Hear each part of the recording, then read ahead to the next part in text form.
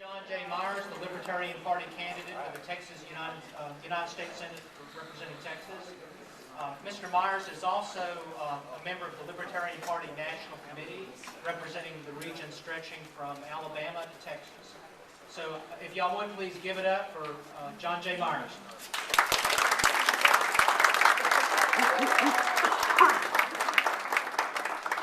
You know, the interesting thing about going to libertarian events is the fact that when you get in there and you start talking to people, most of the people in the room can answer the question that they ask you better than you can answer the question yourself. And it makes coming to these events kind of fun, but at the same time it's kind of weird because I kind of give the stump speech that I give to everybody else. And for instance, 2 days ago I went to go to a Green Party event. And actually, that was yesterday. I went to a Green Party event. Now, you lose track of time on these things. So I went to a Green Party event, and I did that. I gave the exact same speech that I'm about to give to you, and that I've given to libertarians all across Texas. And do you know what the result was? The result was everyone there came up and shook my hand. There were people asking for yard signs, people asking for T-shirts, people doing the same. You know why? Because the politicians on the left and the right try to divide people. But when you talk about what's really wrong with America, you unite people. And that's what I'm going to tell you. So I'm going to basically give you guys the stump speech. And it's the stump speech that I want you to realize that I'm going to be giving to a lot of people across Texas, not just libertarians. And I hope you like it. One of the things I like to talk about is a story I tell called "Stop Stealing My Stuff," and it's very simple. And it's what's wrong with America. You wake up in the middle of the night because you hear a crashing sound downstairs. You go downstairs and you see a guy standing there with your television set. So obviously you're upset. And so the first thing that you're going to say to that guy who's holding your TV is, "What religion are you?" Wait a minute. The first thing that you're going to say to that guy is, "What's your stance on gay rights?" No. The first thing that you're going to say to that guy is, "Stop stealing my stuff." And that's where we are today. We've got the government splitting everybody in groups, as I said, and all they're doing is they're putting one side on one set of you on one side, one set of you on the other side, and then they're just stuffing bags full of money and handing it to their friends while you guys sit there and fight. And that's what we've done in America. Now, the reason I'm running, I'll tell you what. In 2007, I was running my own business. I had my own life. And I loved Ron Paul, libertarianism, but I was the guy on the couch. You know, at night I watched CNN. I was addicted to CNN and the news networks. But I never did anything. And then one day, I saw Ron Paul up on stage, and he was debating. There was 8 of them up there, and one of them was Rudy Giuliani. And Rudy Giuliani said, "Terrorists hate us for our freedom." And I noticed all 8 of them believed this, except for Ron Paul. And then Ron Paul, being timid, a lot more timid than I am, said, "Well, you know, it's wrong. You know, they do not hate us for our freedom." And everybody seemed like he was crazy.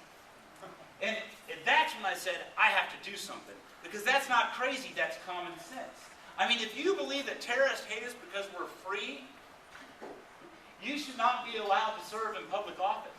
You should maybe serve in a mental institution. You may have to wear a rubber mat on your head to keep you from doing harm to yourself or others. That's what happens if you believe that terrorists hate us because we're free. Terrorists do not hate us because we're free. Terrorists hate us because we're in their countries, installing puppet dictators, stealing their resources, and forcing democracy to the barrel of a gun. That is why terrorists hate us. We spend $1.1 trillion being the world's police, and our army is the equivalent of the next 16 armies put together. Who are we geared up to fight? Space aliens? What would be the point? What are you going to do with a $2 billion battleship to stop a guy from putting a bomb in his underwear? How is that going to work? Shouldn't you just think, why is that guy putting a bomb in his underwear? That would be the key. And when you have an entire political class that does not understand what is going around the world and why these people feel the way they do about it, you're never going to solve that problem.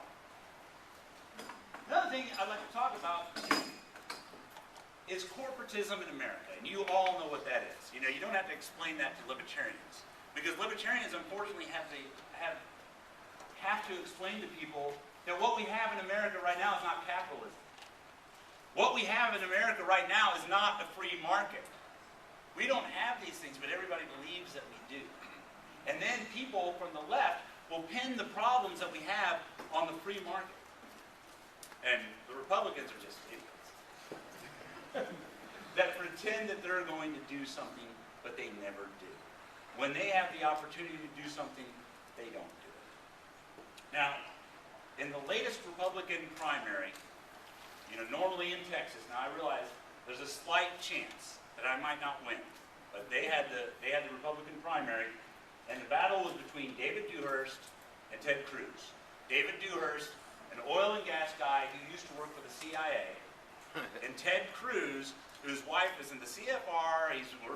She's a vice president of Goldman Sachs, and he worked for Bush's domestic policy, and he was the political outsider.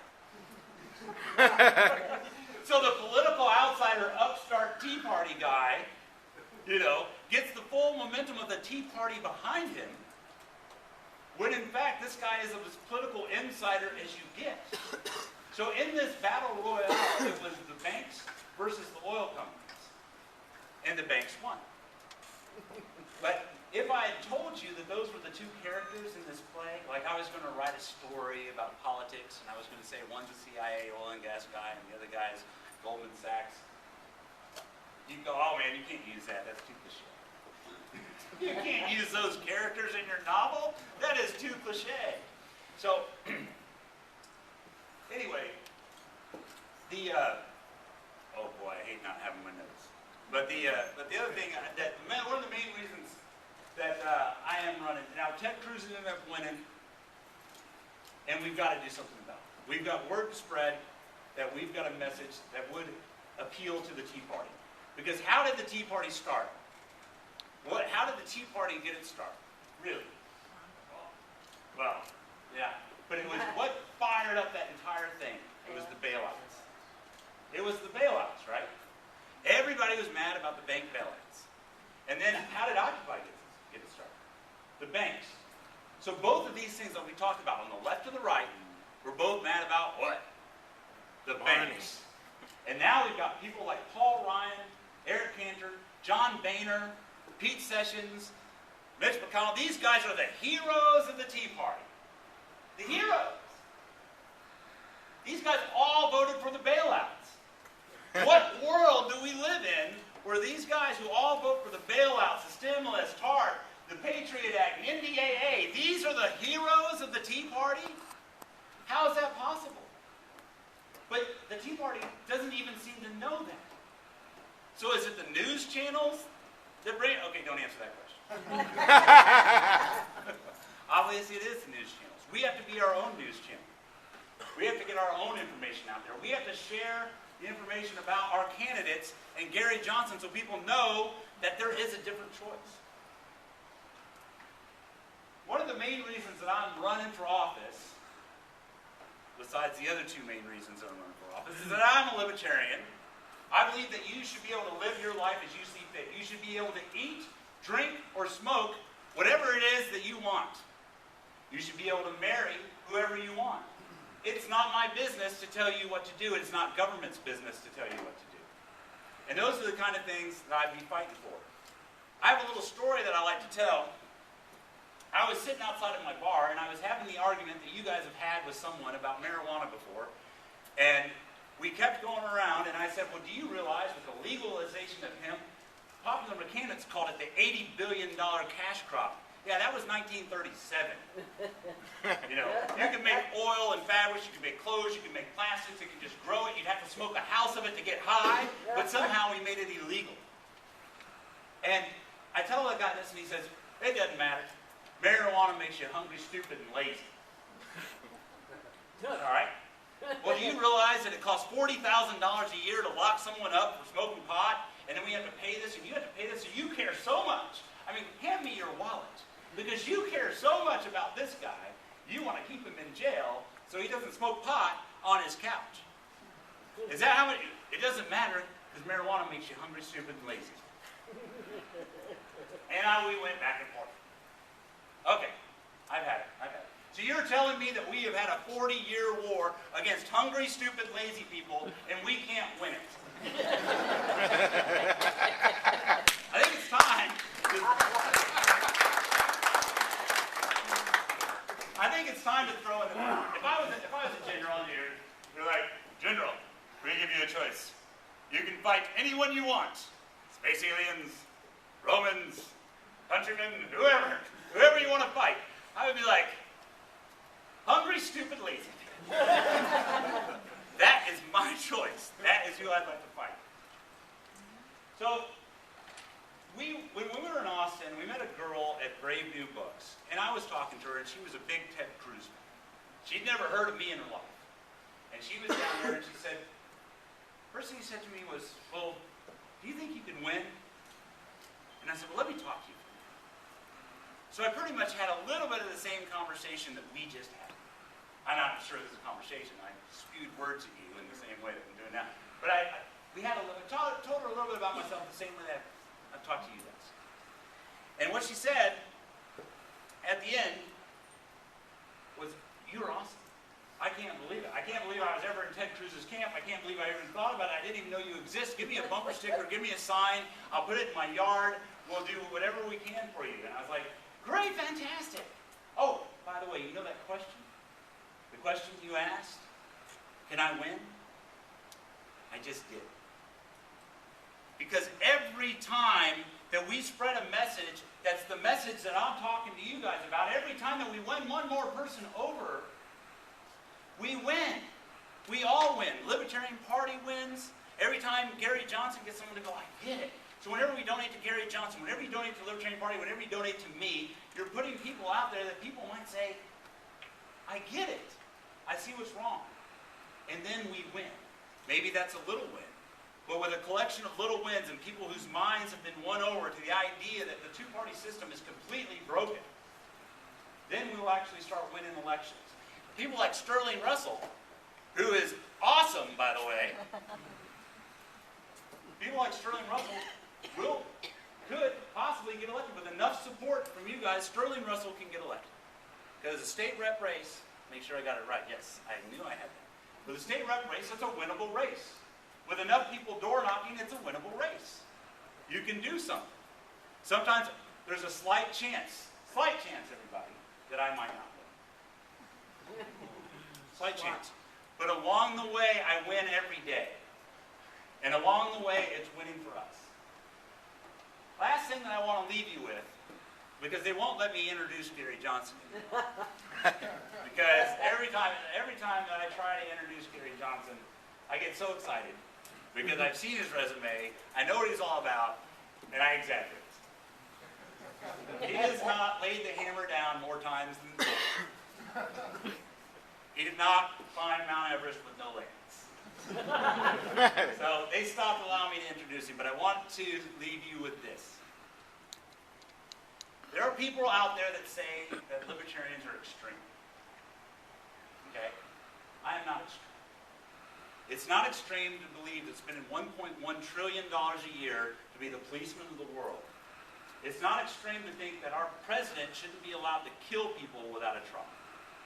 It's not extreme to think that we shouldn't have bailed the banks out to a tune of $26 trillion as reported by the Wall Street Journal, but no one seems to know. It's not extreme to think any of these things. I'm not extreme. Our government is extreme.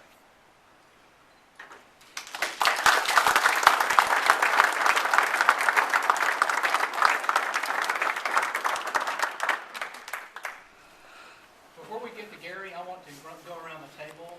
Every Libertarian Party candidate who's running on the office, stand up, if you would. Sterling, Roy Hall.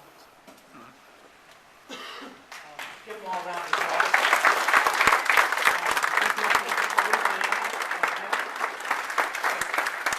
After the meeting, if y'all would, just go around and visit with them. Okay. Yeah. Okay. Now, for the moment y'all been waiting for, a man who needs no introduction, Governor Gary Johnson.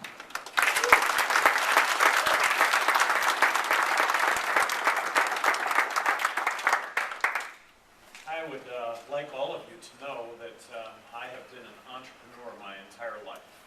Since I've been 17 years old, I've paid for everything that I've had in my life. When I was 17, I started working construction jobs because those were the highest paying jobs. When I was a junior in college, I started a one-man handyman business in Albuquerque, me. And I grew that business to over 1,000 employees in 20 years in 1994. It's amazing what happens when you show up on time, when you do what you say you'll do for people, when you do a little bit more than what you say you'll do for people. And it was very high tech, electrical, mechanical, plumbing, pipe fitting, architects, engineers. I sold that business in 1999. Nobody lost their job, and it allows me to have a full-time unpaid job running for President of the United States. I had never been involved in politics prior to running for governor of New Mexico. Complete outsider. I went and I introduced myself to the Republican Party 2 weeks before I announced my candidacy for governor. What they said was, wow, we really like you. We like you, we like what you've got to say. You know, we're an inclusive party, so we're going to make you a part of this entire process. You can be part of the debates, the discussions, the meetups. You know, we're an open group here. But you just need to know that you will never get elected. That it's not possible to come from completely outside of politics and get elected governor in a state that's 2-to-1 Democrat. Well, I got elected. I'd like to think it was based on what I had to say, which was I was going to bring a common sense business approach to state government. Best product, best service, lowest price. Isn't that what government can provide? Can't government provide a level playing field for all of us? I distinguished myself, I think, nationally in a number of categories, but one of them was I may have vetoed more legislation as governor of New Mexico than the other 49 governors in the country combined. I vetoed 750 bills while I was governor of New Mexico. I had thousands of line item vetoes as governor of New Mexico. I took line item veto to a new art form. It made a difference when it came to billions of dollars worth of spending.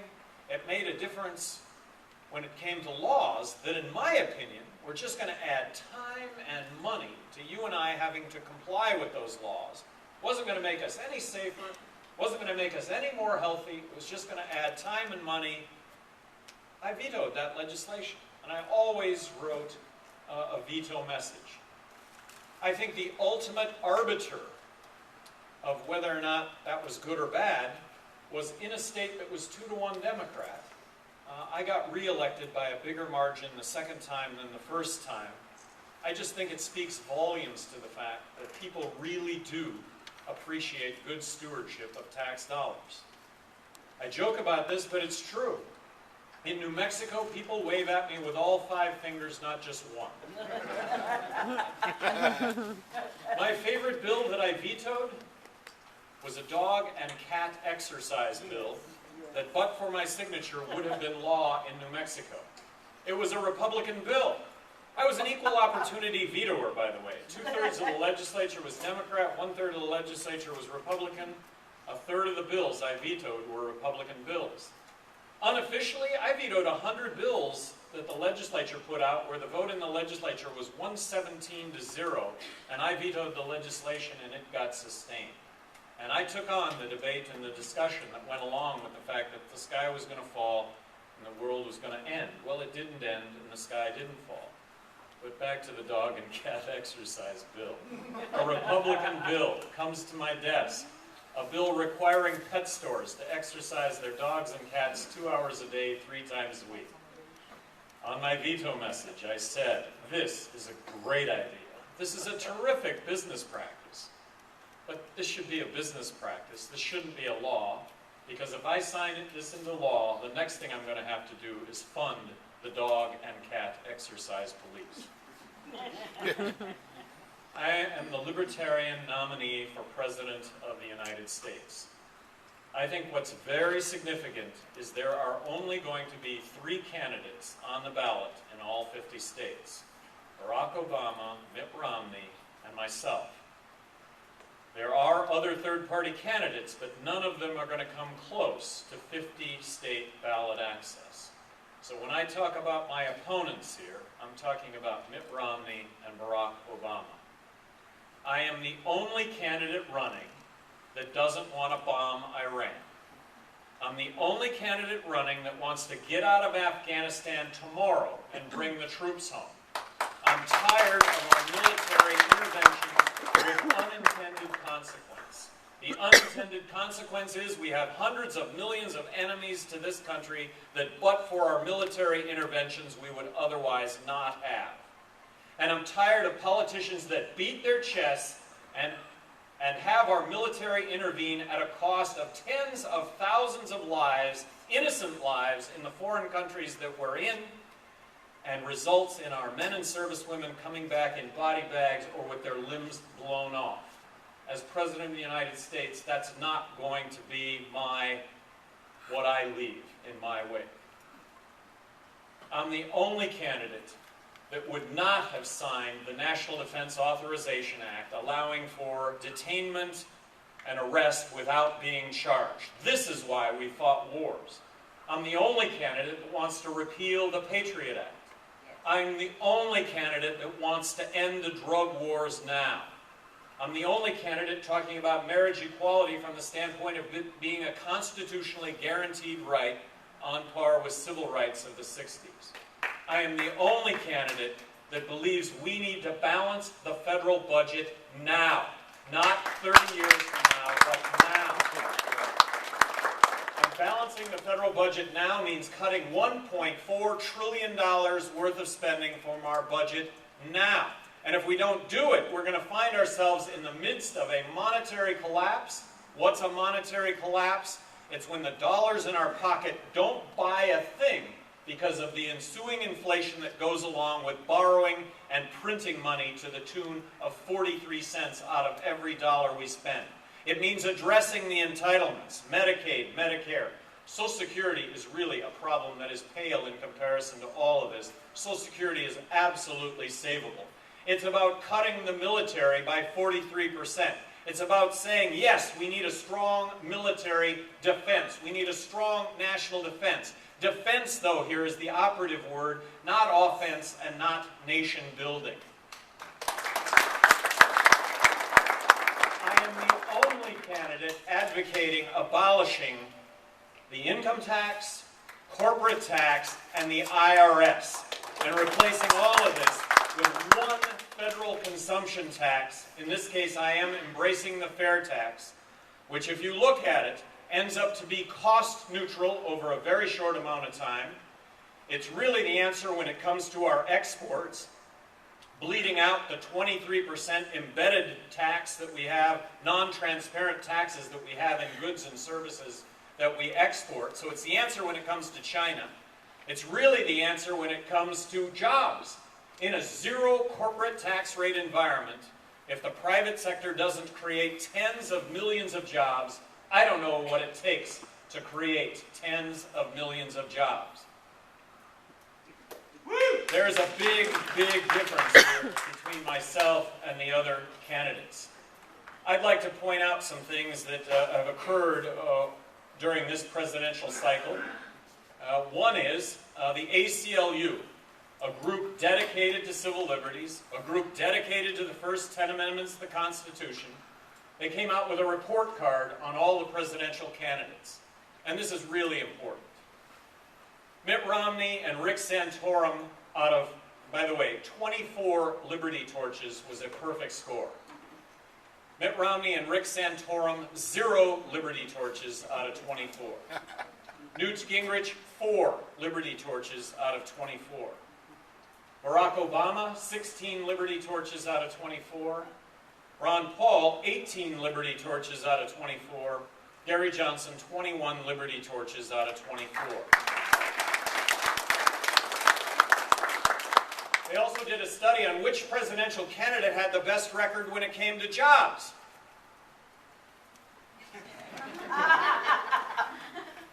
My reply to that was the same as it was when I was governor of New Mexico. I didn't create a single job as governor of New Mexico. but I did create an environment where the private sector operated with certainty. I appointed the heads of all the agencies. I appointed the boards and commissions. I controlled all rules and regulations got better on a daily basis with just a root in common sense. If rules and regulations were going to cause us to have to spend more time and more money complying with rules and regulations that weren't going to make us any safer, weren't going to make us any more healthy, why have them? Made a really, really big difference. I would not be standing here before you right now if there was not the opportunity to win.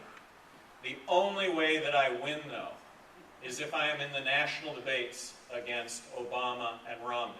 And to get there, I need to poll at 15%, and I need to be registered to run or be on the ballot in enough states so that I can get enough electoral votes. Well, I can get enough electoral votes, and right now only 3 of the 18 polling organizations that are national are including my name. And let me tell you, right now I'm polling anywhere from a low of 5% to a high of 23%, depending on when the poll was conducted and in which state. But let me tell you what would happen tomorrow if in Houston, if in the paper it reported that Gary Johnson is at 5% of the national vote. What would happen would be, who the hell is Gary Johnson? That's what would happen. And what that would do is it would drive a lot more people to the website. It would drive a lot more people to look at my resume and recognize that not only am I talking about the problems and the solutions that go along with the problems, but I have a resume to suggest that there is nothing in my resume to suggest that I am not going to doggedly pursue these agendas that I'm talking about. They polled in Arizona. Good news, bad news. They polled in Arizona about 6 weeks ago. Bad news, 80% of Arizonans don't know who I am. Of the remaining 20%, half of them are going to vote for me. So I am really heartened by this campaign. All right? We've got an A team. I have an A team. We're putting out a terrific product on a daily basis, and anything is possible. If there's anything that this election has taught us over the last, since it started, is it's about a 17-day cycle. I think there have been 6 Republicans at the top of the heap for about 17 days until the whack-a-mole process takes place. So one of the big fears I have is peaking too early. All this has to do is take effect in the middle of October, and this is very, very possible. But something else I really recognize is that every one of you, if given the opportunity, would be doing what I'm doing right now. But I've been given this opportunity. I'm trying to make the best of it. Ron Paul and I believe, are basically talking about the same message. Here in a couple of weeks, Ron Paul's candidacy is going to officially come to an end. And who then becomes the spokesperson for liberty and freedom? Well, it would be the Libertarian nominee for president, and that happens to be me. So I take this role very, very seriously. This country is in deep, deep trouble, and it's going to require mutual sacrifice on all of our parts if we're going to right the ship. Thank you all for your activism. Thank you for being here this evening. I would also like to point out that there is a website, isidewith.com. How many of you have seen it? isidewith.com. If you write it down, get online, isidewith. You answer 36 questions. It's easy. It only takes about 5 minutes. 1.4 million Americans have done this to this point. You answer the questions, and at the end, it pairs you up with the candidate most in line with your views. Based on the 1.4 million people who have taken this test, I'm the next president of the United States. So, speaking with a broad brushstroke, I think the majority of Americans in this country are fiscally responsible and socially accepting. Where is the representation to that? Democrats have failed us when it comes to dollars and cents, and you know what? They failed us when it comes to civil liberties. Republicans are horrible on civil liberties, and they've failed us when it comes to dollars and cents.